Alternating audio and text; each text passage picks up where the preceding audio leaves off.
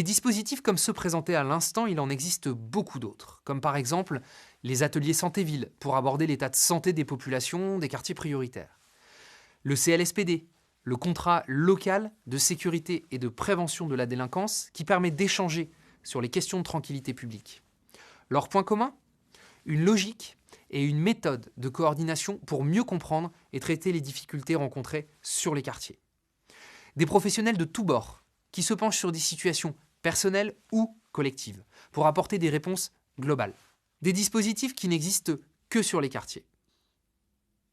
Pour en savoir plus, nous vous invitons à écouter les témoignages de professionnels, nous décrire les ateliers santé-ville, le CLSPD à la Seine-sur-Mer ou encore les actions financées par la politique de la ville à Marquise. Les ateliers santé-ville, en fait, l'idée c'est de se dire, on a le droit commun en matière de politique santé, mais on s'est rendu compte que c'est pas parce que les choses étaient déployées, qu'il y avait un niveau d'information basique, que tout le monde y accédait de la même manière. C'est-à-dire qu'on s'est rendu compte qu'effectivement, dans les territoires un peu paupérisés, les QPV, certains publics n'accédaient pas à l'offre de soins de droit commun, mais que les éléments de frein n'étaient pas forcément faciles à identifier par les professionnels. Et il y avait un temps de travail pour créer une passerelle entre les publics, leurs peurs, leurs craintes, les problématiques financières, la compréhension du système administratif et du système médical, la mise en place souvent de procédures finalement d'accès aux droits et de régularisation des droits pour pouvoir bénéficier de soins. Et qu'effectivement, l'idée, c'était de se dire, on va mettre en place une instance qui va nous permettre de travailler sur cette passerelle. Les actions menées, actuellement, on a l'aide au permis de conduire. On a 10 permis de conduire qui sont mis en route. Les différentes sorties familiales. Des gens qui n'ont jamais quitté Marquise et qui aujourd'hui font des sorties famille. Grâce aussi à la politique de la ville, on a pu recruter une quinzaine de jeunes issus des quartiers, du quartier du mieux-être en emploi d'avenir. Et on a insisté avec les élus et la DGS d'avoir des jeunes qui ont un cursus de formation bien déterminé le temps de leur emploi d'avenir. C'est-à-dire que s'ils sortent de leur emploi d'avenir après leurs 3 ans, ils auront une formation diplômante au bout de ces 3 années. J'ai pour mission de coordonner ce dispositif, qui est un dispositif, il faut le savoir, obligatoire depuis une loi de 2007 pour toutes les villes qui ont plus de 10 000 habitants ou qui ont une zone dite sensible. C'est un conseil composé de plusieurs membres. Donc la composition d'un CLSPD est définie déjà par la loi, mais chaque maire élit un arrêté, met en place un arrêté municipal dans lequel il nomme ses partenaires dans le cadre de ce CLSPD. Donc les partenaires de ce conseil, qui est présidé par le maire de la commune, sont donc le procureur de la République, le préfet donc, du département, il y a le président du conseil départemental et il y a aussi tout un tissu de partenaires, que ce soit les associations ou les organismes publics ou privés, qui œuvrent en matière de la prévention de la délinquance ou de sécurité. Nous avons, à côté des partenaires, on va dire, privés ou d'organismes ou d'associations, aussi bien évidemment toutes les grandes directions de l'État qui sont désignées par le préfet. Que ce soit la direction départementale de sécurité publique qui va régir le fonctionnement du commissariat de police, etc. etc.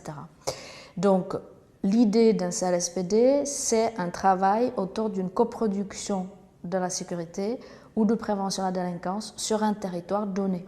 Alors, il faut savoir qu'un CLSPD a toujours un cadre, c'est-à-dire un conseil local de sécurité et prévention de la délinquance va mettre en œuvre soit un contrat local de sécurité, soit une stratégie territoriale. Aujourd'hui, le local doit toujours correspondre aux axes prioritaires de l'État. qui sont définis sur une stratégie, on va dire, pluriannuelle et qui, jusqu'en 2020, sont les axes suivants. C'est toutes les actions en direction des jeunes, toutes les actions en direction des victimes de violences ou des violences conjugales et intrafamiliales, et toutes les actions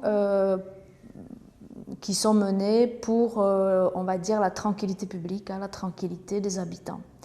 Ces actions correspondent toujours à nos thématiques de notre contrat local de sécurité, notre cadre. En fait, ça se passe dans toutes les villes de cette manière. Il y a un contrat ou une stratégie, les axes en fonction des problématiques de la ville qui sont définis dans ce contrat et qui se déclinent en actions très concrètes. Donc, je vais vous donner quelques exemples d'actions.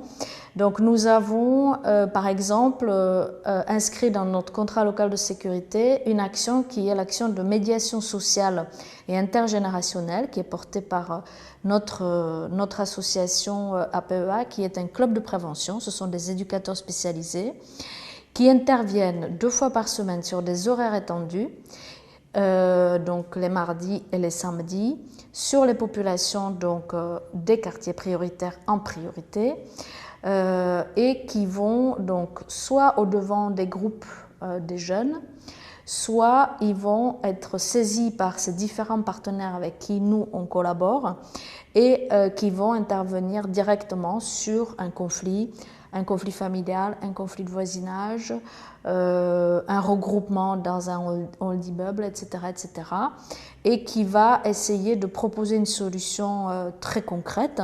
Par exemple, pour un des jeunes qui fait partie d'un regroupement de hall d'immeuble, si c'est un jeune chez qui on repère un problème, par exemple familial, les éducateurs spécialisés vont mener avec lui une action concrète au niveau de la prévention spécialisée, justement, avec lui, voire avec toute sa famille. En résumé, le contrat de ville est un projet perçu comme parfois éloigné des préoccupations des habitants, des quartiers, mais au final très opérationnel quand on y regarde de près. Sa complexité ne doit jamais faire oublier que chaque action a du sens et doit contribuer à un projet plus global au service des habitants. Mais les habitants, justement, on en parle beaucoup, mais nous les avons jusqu'à présent peu vus. Rendez-vous au module 4.